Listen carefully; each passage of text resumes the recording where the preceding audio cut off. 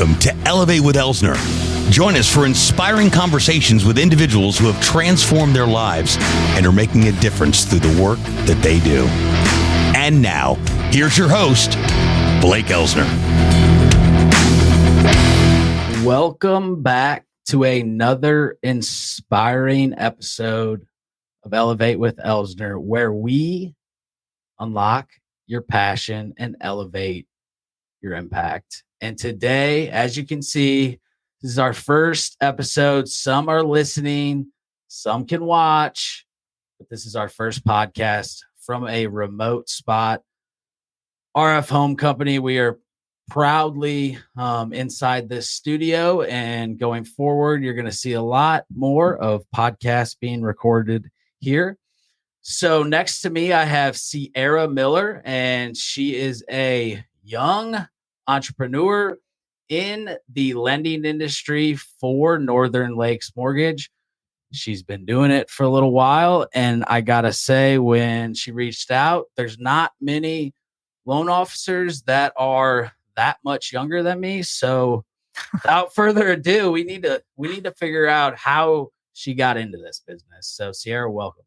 Hey guys, what's up? Yeah. So Tell us. Let's dive in. So I know you were an Ursuline Bear. I was an Ursuline Bear. Go Bears. Graduated in 2017 from high school from St. Louis. Lived here my entire life. Went away for college to Ole Miss, and then graduated in 2021. Well, I guess before that, COVID hit my junior year, so that kind of put a wrench in all my plans. Online learning, all of that. Didn't really know what I wanted to do. Was actually studying for the LSAT to go to law school. Fun fact, obviously, here we are, did not end up pursuing that. But kind of just fell into the mortgage industry after college. I actually was just looking for a job and saw the ad for my current company on LinkedIn. And I was like, you know what? I don't know anything about this. And went to the interview. That was like, that's perfect. You know, we'll teach you everything you need to know. And now I've been doing it for 2.5 years and I absolutely love it. Yeah, I got to say, you have a lot of, grit, and you get out there and you want to make connections. I've noticed that's a big part of, how you do it. And one thing I will say, though, on LinkedIn is how you found me, because I started going live on LinkedIn and I'm like, nobody's on LinkedIn, but apparently people are on LinkedIn. LinkedIn's where it's at. Yeah. LinkedIn is really where it's at. I mean, it's very slept on, I feel like, but. And it's kind of coming back around. I do think you're right. Maybe it's just been slept on, and people don't even realize that LinkedIn has some of the best employers. No, just kidding. Well, you got to think like you have, TikTok, Instagram, Reels, YouTube Shorts, like all that stuff. That's more, I feel like, the quote unquote, like younger generation. Like, of course, there's older generations on, all of those as well. But LinkedIn is kind of like where people in, any type of business or professional atmosphere went before all those things were cool to, post about themselves, their profession, put themselves out there. So sometimes you just got to go back to the basics, especially to like network and connect with, that older generation that's maybe not on some of those different platforms.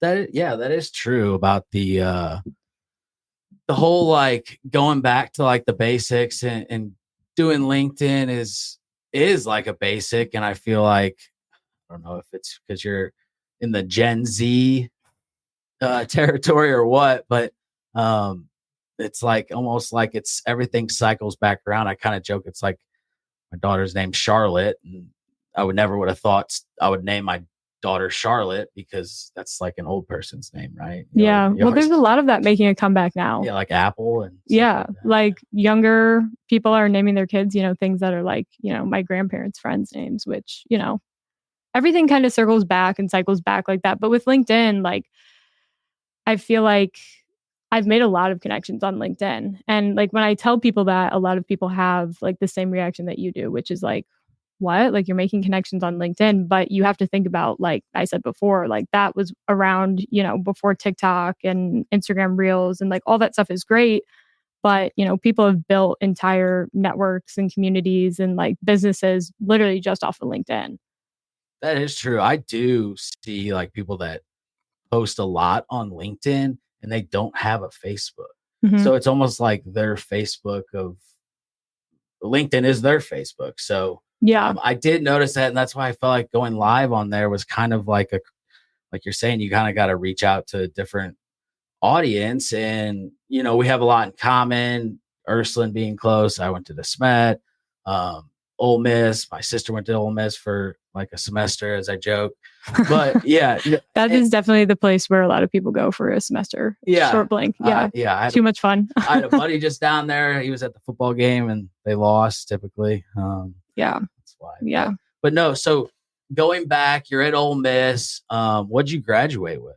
So I graduated with a degree in public policy and political science. So I was a business major going into college. And then I kind of switched things around like my sophomore year. I grew up in business. My dad owned his own company for my entire life. And then my mom is in finance. She works for Edward Jones. So I always grew up around business, and I was like, okay, that's what I want to do. And then I was like, okay, I really love law. I love policy, like politics, like all of that type of stuff. So I wanted to go into that. And then, like I said before, like when COVID hit, I was just like, you know what? I don't want to do any more school.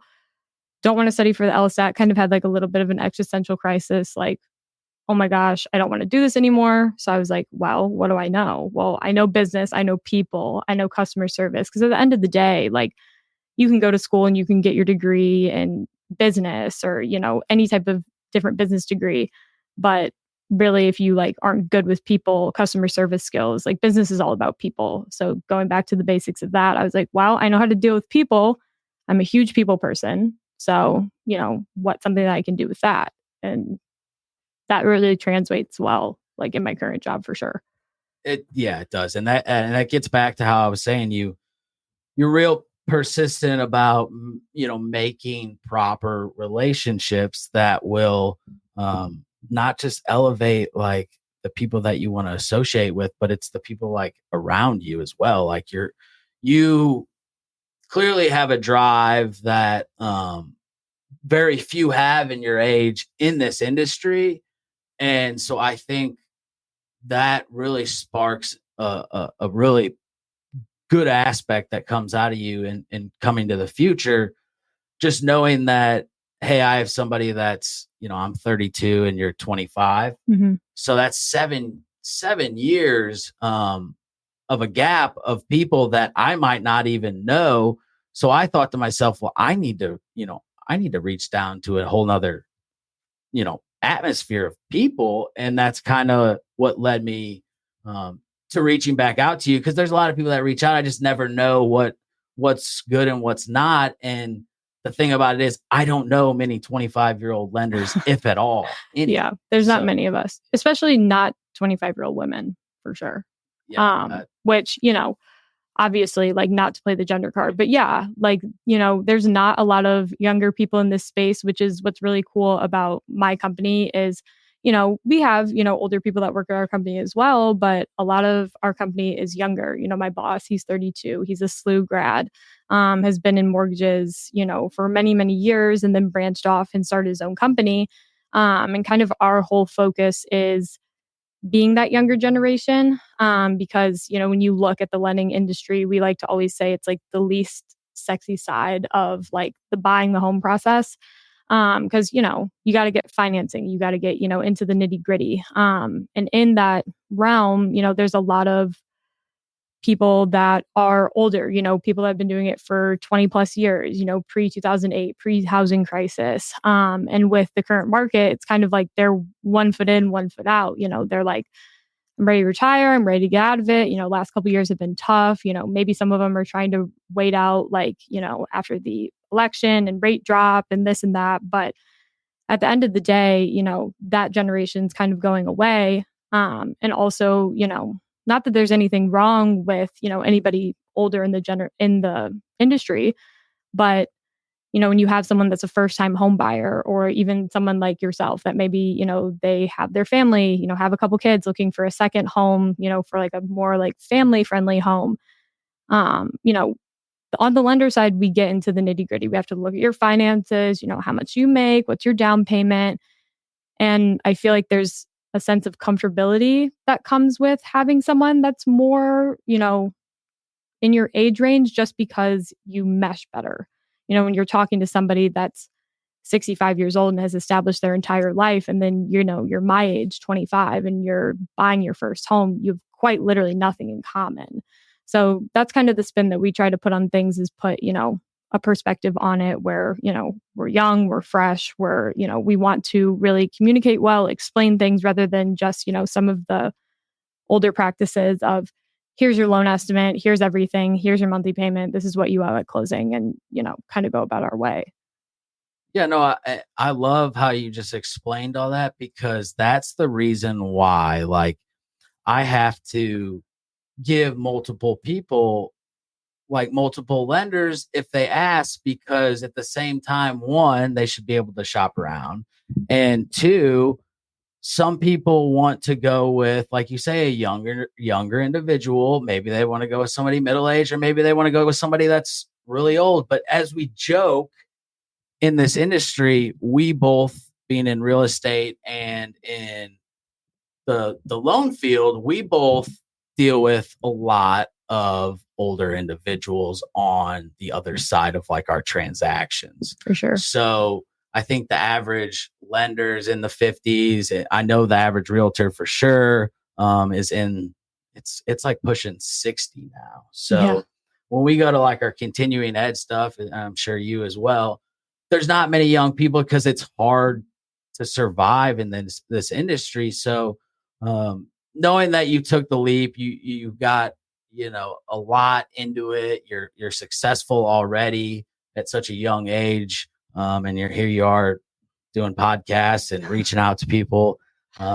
It's truly, it's inspiring for younger people to know that, hey, there's other things out there that you can do after your degree, and you don't have to just do your degree. You don't have to go into some crazy business. Like, you can be a lender, right? And that's what you've done. And the relationship aspect of it is ginormous. So I think I applaud you on that. Thank you. Yeah. I mean, like, relationships are everything in business. I mean, it's not easy, I guess, to make connections, because, you really have to like put yourself out there and kind of like, quote unquote, go out of your comfort zone. But it's something that I love doing. Like, when I reached out to you on LinkedIn, and we went and got coffee, like, that's a connection that neither of us would have ever made. And now it's like, we're here doing this podcast, and like, that also will like, lead to more in the future. Like, you just always have to be, I guess, quote unquote, like, building your brand to continue to further your business. Like I said before, I mean, it's scary sometimes, like, reaching out to people, but you never know who's going to make an impact on you, or, what you can give to others. And just, it's all about building relationships. And I feel like a lot of people, especially in the mortgage industry, they get comfortable and they're like, well, I've worked with this real estate agent, or for real estate agents, I've worked with this lender for X amount of years, and it's a comfortable relationship. And when I reach out to realtors and I'm like, hey, I'd love to connect with you and get coffee. Because when I reach out, like, of course, yes, if there's something that we can collaborate on, if it can both, mutually benefit us and bring us business, that's great. But also, like, just making connections and having familiar faces in the industry. But a lot of people will tell me, they're like, oh, I have a lender that I've used for, 20 years. And I always ask, I'm like, is that just a comfortable relationship for you, or are they actually providing you a service that's worth your time? And like, you probably don't know the answer to that question if you've been using them for so long. You don't know if they're being good to your clients, or like closing, getting the loan done quick so you can meet closing and all of that. Like, if you don't have another perspective on it. So that is true. And I don't even myself think about going, when you say all that stuff, it's truly like there's a lot that goes into it. And if you don't like keep up with it, I don't understand how some people in the industry are still doing it. But as we kind of shift, let's talk about interest rates. So like what, yeah, as far as we can talk about interest rates, what would you say for like somebody that's wanting to become a first-time home buyer? They're renting, having that like I said, that fresh, as we say, fresh blood, the person that's young, that's out there, that's not going to, judge your finances and say like, hey, we all know that we've been there. We're young. Times are tough at certain points. You got to start from nothing, basically. Everybody starts from nothing. Most people. So going forward, like, what would you tell people, first time home buyers to say, hey, this would be my plan to get you into a house? So I guess it's kind of, I don't want to say it's a loaded question, but every situation is so different. Like when I talk to people and, immediately they're like, what's the interest rate? What's the interest rate? Or, what should I do? It's so situational based. I guess I would tell somebody like looking at, myself if I wasn't in the industry, young, 25 years old, maybe, you have some money saved up, maybe you're renting right now.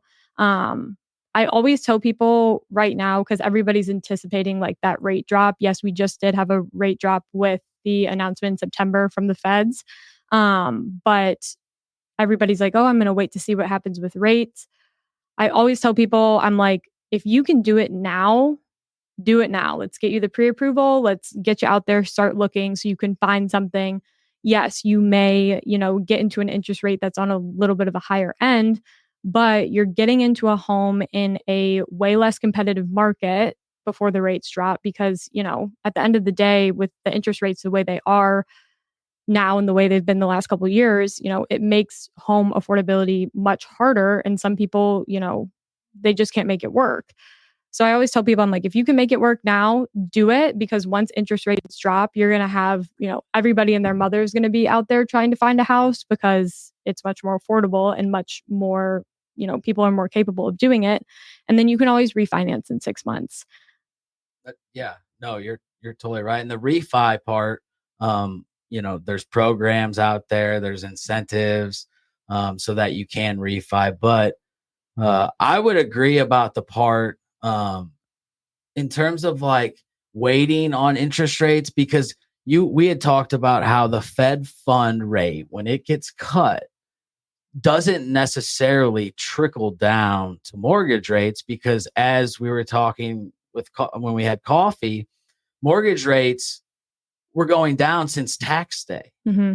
So then they cut them and they went back up. So as you were saying, like, hey, just because the Fed fund rate gets cut doesn't necessarily mean the interest rates are going to come down, because they've already come down. Well, and in the mortgage industry too, like, with leading up to the Fed announcement mid-September, they were anticipating a cut. So that gets what we call priced into the market on our end. So, if they're expecting a XYZ, cut, they price that in on our end before it even gets cut. So then, things are kind of, all evened out, I guess you could say.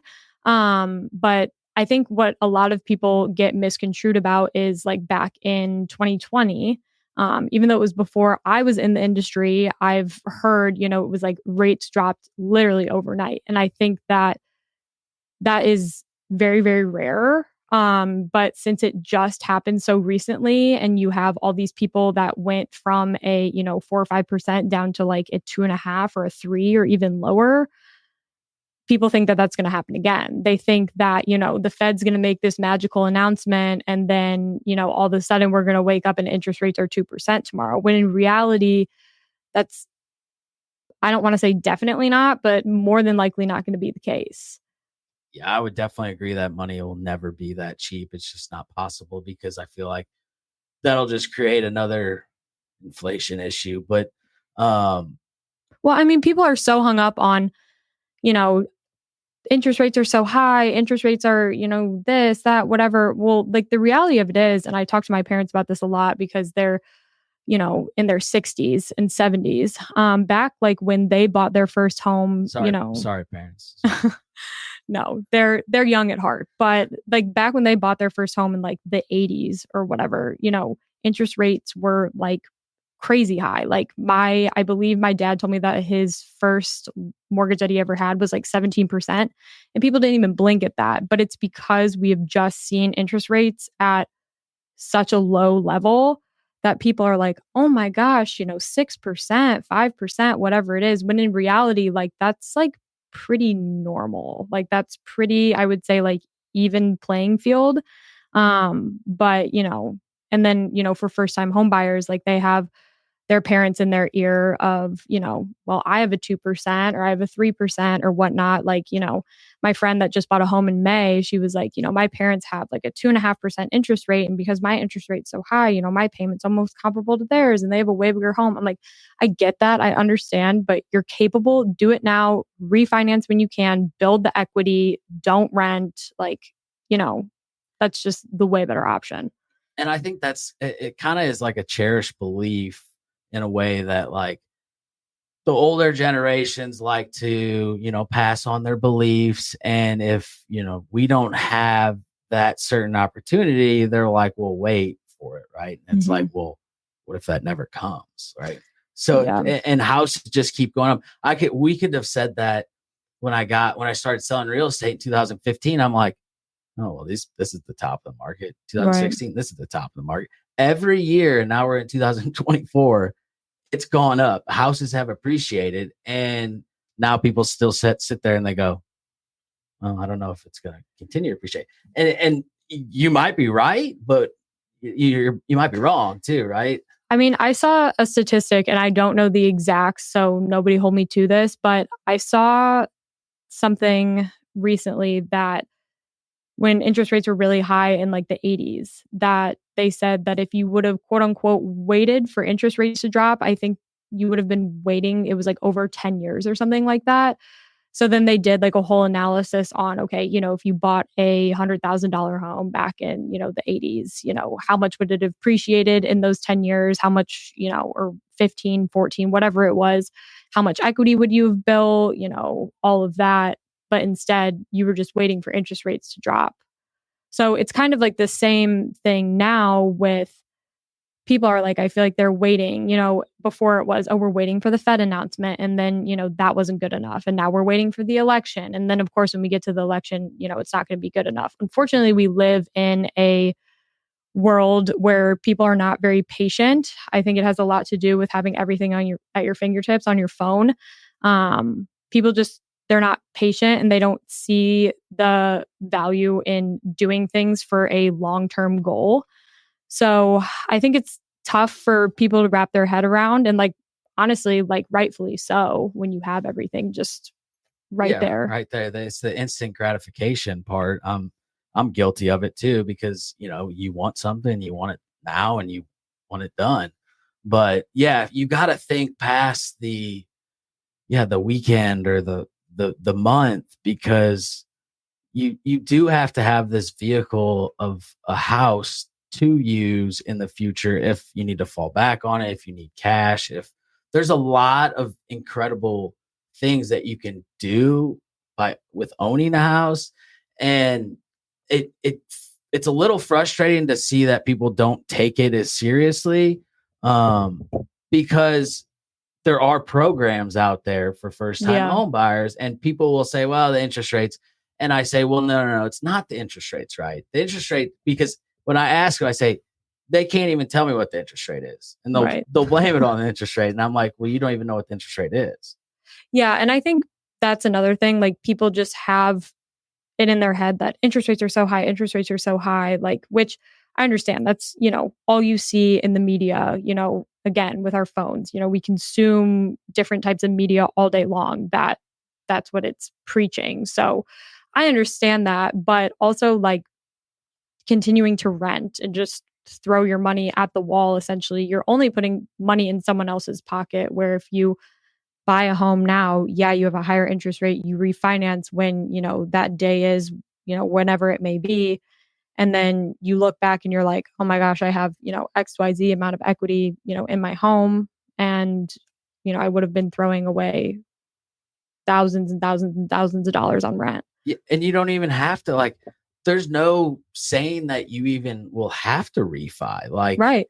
I mean, with the appreciation of houses, you could be in a perfect spot right now at the current rate and never have to refinance again. Because what if they just go back up or they just stay the same? And guess what'll go up is the appreciation of your house. Exactly. So I think getting in and just figuring that out, the biggest thing when we talk about, I think, is cash on hand. People Mm-hmm. don't have kids our age, millennials, Gen Z, whatever it is, because everything's so expensive right now. It's just hard to save up money for a down payment. Sure. So we were talking about that, and there's different, there's different first time home buyer programs. So explain some of those.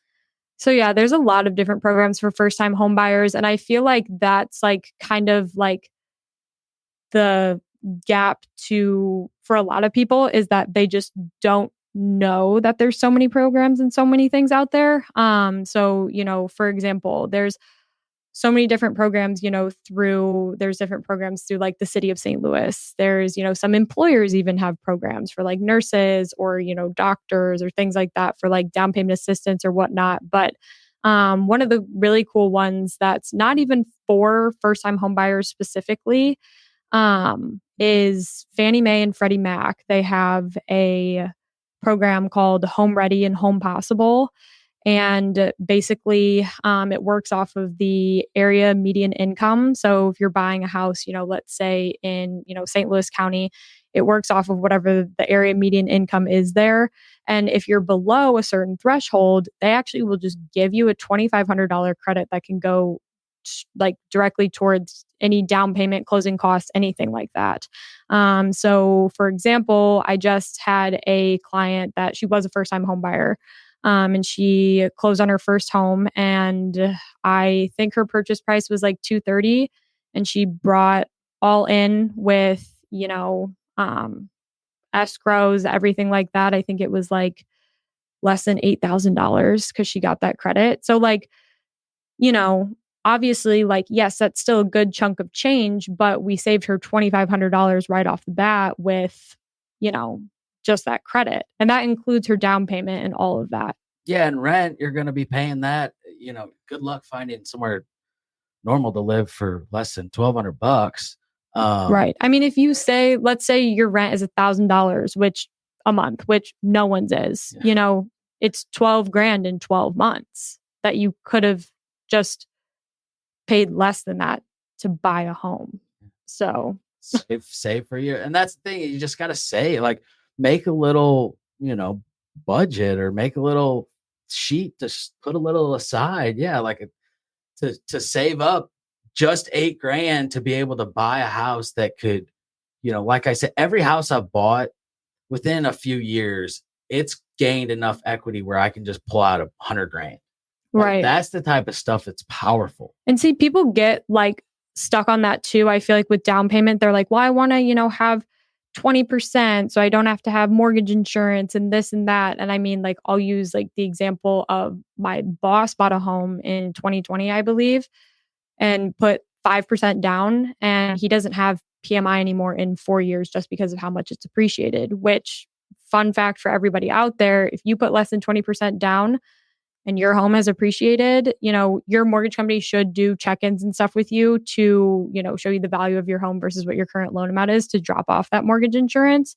But if you see your home's appreciated and you're doing the math and you're like, oh my gosh, I have, 80% loan to value, you can just call them and they'll take the PMI off.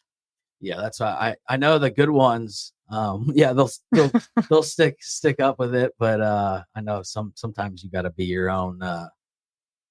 Yeah, you got got own advocate for sure for your PMI to drop off, or else nobody's doing the math. But that is that's a big part. Because like every house I've bought, personal house, like residential houses, I have put between 3.5% and 5% down. Yeah, that's all you need. Exactly. And really, and I have equity in every single one of those. So it really, yes, interest rates were lower, but what I'm saying is it just might take a little bit longer to create that equity, but it's gonna eventually come. Like, right. Whether, like you say, that the lady that just put $8,000 down, she's gonna make that back really fast with the appreciation of her house, and then not having to pay 12 grand. Luck if her rent's even $1,000, luckily not have to pay that. Right. And then you think about like when you get into a home, like, you like to make it your own. So any improvements that you make, maybe you put in hardwood floors, or even if you just paint the exterior of the home, like all of that goes into the value. Like a coworker of mine, he's in the process of selling his house right now. And I want to say he bought it for like 160 or 170, like back in 2021. And he's putting it on the market for like 225. And like, yeah, he did some improvements like painting and stuff, but like, it's the same house it was that he bought in 2021. And that's, like over 50 grand. Yeah. Like that's crazy. Gets to live for free and then take all that ROI and then go buy something bigger or go buy something that's the same and have cash left over. It's just a very powerful thing to have. So going forward, I know you don't have a crystal ball and you're going to say, here comes my favorite question. Just like every lender, buy now. But if you I'm going to play devil's advocate and say, if you weren't to buy now, okay, why would somebody not buy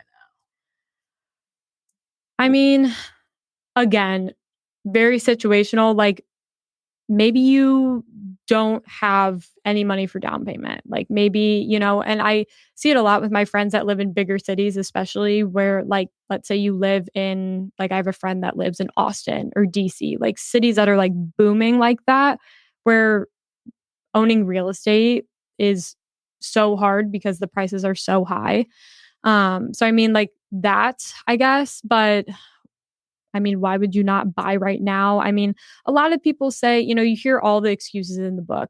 I can't find anything I like, interest rates are too high, blah, blah, blah, blah, blah. But at the end of the day, I feel like I said before, you have to bridge that gap in education for a lot of people, because there's programs with conventional loans that you can put as little as 1% down. If you're a veteran, you can put 0% down. Sometimes with some of these credits, St. Louis City is giving out a ton of, grants to people towards down payment and closing costs, because they want more people to live within St. Louis City limits to, help boost the city. So there's so many different programs out there. And I feel like everybody's just kind of like, can't do it, but no one really does the research to know. But that's why and ultimately, like if I talk to a client and they decide, hey, it's not the right time for whatever reason, it could be not the right time because, maybe their significant other just got a huge promotion at work and they don't know if they're going to have to move within the next year. Totally get that. Maybe it's not the right time because, a family member is sick and it's just there's too much going on. There's always going to be personal things that get in the way. And I'm never one to judge that. I'm never like, you need to build equity in your home. Like it doesn't, like you got to handle life first. But to give the excuse of, it's not the right time or it's this or it's that, you just haven't done enough research on it yet. Yeah, that's true. And I liked posing that question just because it's like kind of funny, because it kind of makes you show yourself like, hey, I'm a human. Like I understand like people totally have things and that's why you're big on connections. And when you connect with someone, whether they buy now or in 5 years or a year, it's the connection and then the opportunities that connect through those connections. And I've had clients too that have been like, oh, it's not the right time. And then maybe, a couple weeks or a month down the line, they'll email me or call me and be like, hey, I just had a quick question, XYZ. And, I'll answer their question, be like, okay, thanks. I'll let you know when's the right time. And then they'll come back and they'll ask another question. Then they'll come back and they'll ask another question. And then they'll be like, okay, I'm ready. And so like that tells me I'm like, obviously I never want to bombard anybody with information to make them feel pressured up front. But once people are properly educated, then they usually make the choice of, okay, yes, like there's never going to be a quote unquote like right time. But maybe some people like, I totally get it if people are like, I just don't have the savings to do it. And then of course we talk about all the different programs and stuff, but you asked me earlier what something I would recommend to anybody like looking to purchase or first time home buyer just starting out in their journey. Something I always recommend to everybody is, there's always room for us to save in our lives. Like there's things that you don't have to have, everybody these days, Starbucks. right? Like everybody these days is kind of a, material. We live in a materialistic society, and not everybody needs, 1,000 different, pairs of leggings from Lululemon or this or that or whatever, your vice is, I guess you could say. But I always tell people, I'm like, start a high yield savings account, look into them. If you want my recommendations, I'm more than happy to give them to you. Put, X amount of dollars from your paycheck every 2 weeks or whenever you get paid into that, it builds, over Especially time. right now, like Yeah. they're paying out some. It just went back up. Actually, that was one of the things when the Fed fund rate dropped. That was actually overnight. You saw some of those high yield savings accounts go back up. You saw credit card interest rates go down, but you didn't see mortgage rates move because they've already been moving. But no, I agree with you, and I love what you're doing in terms of creating a brand and a business, because people are gonna have to buy houses. There's houses around, unless everything turns to a rental and everything gets bought by BlackRock. Not saying it wouldn't, but no, we won't be alive for that. But in the meantime, people and just everybody needs to understand that it is so powerful to own real estate, and there's a lot of ways to get into a house, and you don't have to be rich. You don't have to, have everything in order. No, because you got to realize how much you're paying in rent, and then you're like, okay, let's just save a little. And you say like to cut some costs, like that's so true. It's like cars, one of the worst investments. I was the worst about cars. I would go out and buy a new car every couple of years. Oh, as soon as you drive off the lot, it's like there's, thousands of dollars just right out the window. Yeah. And people are buying them left and right. And, another stat I read, it was something about like, there's a crazy amount of Americans that have over $1,000 car payments. Oh my gosh. I see it all the time. Like, all the time. Like, especially like, during refinances in this market, because, unfortunately the last couple of years have brought a lot of people into a considerable amount of debt. So, a lot of people, even still in this market, they're doing cash out refinances, which it makes sense because, okay, you have a 2% on your house, but you have $100,000 worth of credit card debt at 18 to 24%, installment loans that are at, 13 to 15 or whatever, even higher. And you're like, well, I have a 2% on my mortgage. So I'm like, do you understand that you're going to be like paying off that debt for the rest of your life? Like, you're never going to be able to tackle that. But I see it all the time where it's like, $60,000 loan or $50,000 loan on a car, and it's like over $1,200 a month. I'm like, that's insane. I'm like, I mean, you know what? Like, I never tried to judge because I'm like, I understand everybody does their own thing, but I'm like, I don't know if that was like really the best choice, but whatever. Yeah, it's definitely not a choice that people make. I feel like, from a financial smart point, they make it from a, hey, I want this. Right. It's rare, but yeah, no, I agree on the car part. And, thinking about like our generation going forward and trying to navigate the economy and the election and the uncertainty. You have a lot more of a reach, obviously, into the younger side of, into the 20s. And I don't really know a whole lot of people in my 20s. Like I said, you're the first one that is a lender that I know. I don't know any title people that are in their 20s. I don't know plumbers in their 20s. I don't know electricians in their 20s.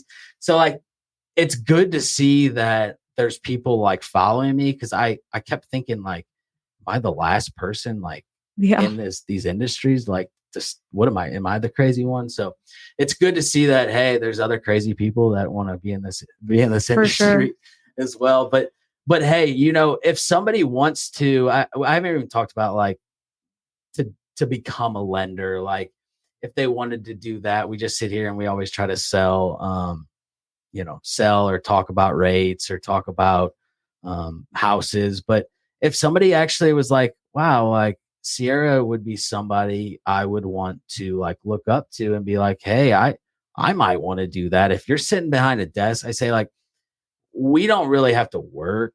Well, I mean, we work, but Right. we get to sit here at whatever 2 o'clock and do a podcast. And we don't have a boss that says, hey, you can't do that. Right. So someone might be sitting there going, well, I kind of want to do what Ciara does.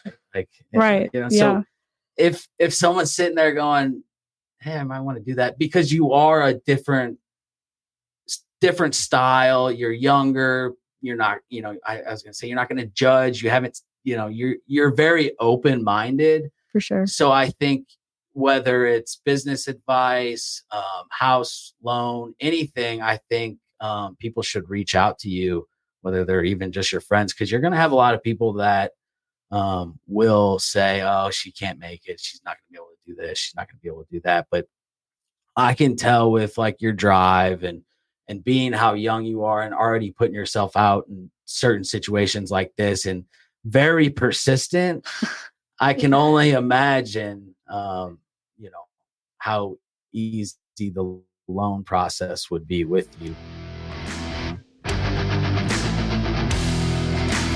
Thanks so much for tuning into this episode. We sure do appreciate it. If you haven't done so already, make sure you're subscribed to the show wherever you consume podcasts. This way you'll get updates as new episodes become available. And if you feel so inclined, please leave us a review and tell your friends about the show. Until next time,